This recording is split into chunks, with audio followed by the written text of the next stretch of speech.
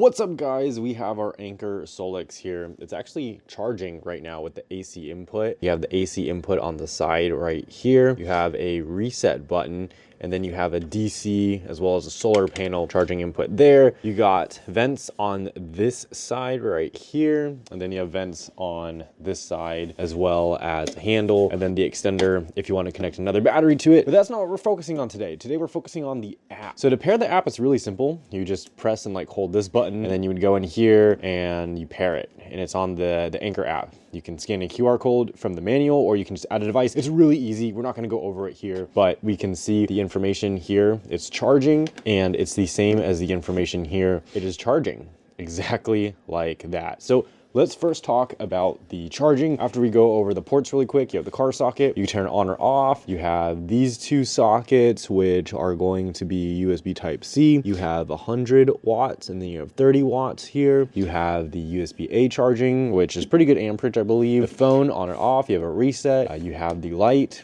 with 3 different intensities, and then this turns on and off the display. And this is the AC outlet. So you can turn it on or off here. You can hear it click actually, and it turns on, and that's just the inverter inside of it. So those are all the outlets. This is the app. So it's charging right now at 244 watts. Let's go into the settings right here.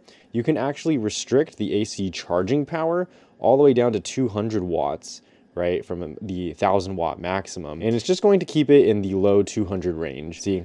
Just like that. Now, mine isn't charging really fast because it is very low on battery. I'll bump it all the way up to 1000. We'll go over those settings in a second, but we have it at 245 watts charging, and it's the same thing on here. We can turn on ultra fast charging, and currently it's taking 4 hours and 42 minutes to fully charge. We've turned this one on, and I think it'll make a difference in a little bit. Not right now though, because again, it's like, you know, it's really low on battery. Oh, look at that. It totally changed. It just almost instantly. 2 hours, not even the 4 hours. Because we turn on the ultra fast charging, it's now charging at 600 watts. Look at that. And if we turn it off, it's probably gonna go back down to the mid 200s. And then yeah, you see that jumped all the way back up to the 4 hours and 42 minutes. We're back at 2 hours and 43 here. And this is our battery. It tells us the temperature, it tells us the percentage. It tells us the output if we plug into anything in the USBs. And then we have the car output and AC output. We could toggle them on and off with these, just like that. That's pretty much it. We can select an end time. So if we wanted to, we could have it turn off after a certain amount of time, and it's more customizable in the settings, but you have some quick actions here. Select an end time, and that's pretty much it. We can turn them on, we can turn them off. We can control the brightness of the light bar here just from the app.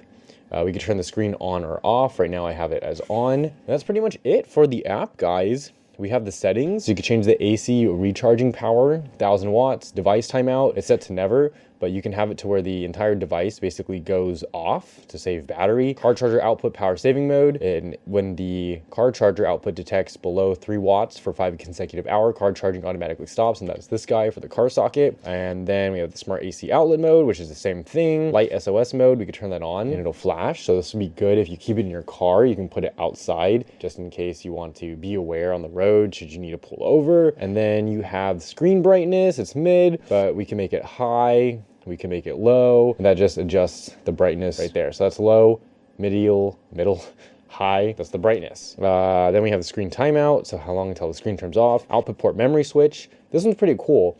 If the device dies, it's low on power, basically you can have it to where the ports that were on previously turn back on once the power hits 10% charging. You can change the device name, you can connect it to Wi-Fi, you can see if the temperature is either in Fahrenheit or Celsius. Mine is in Fahrenheit. You have the help and feedback, you have firmware updates, you have restore default settings, and then the user manual.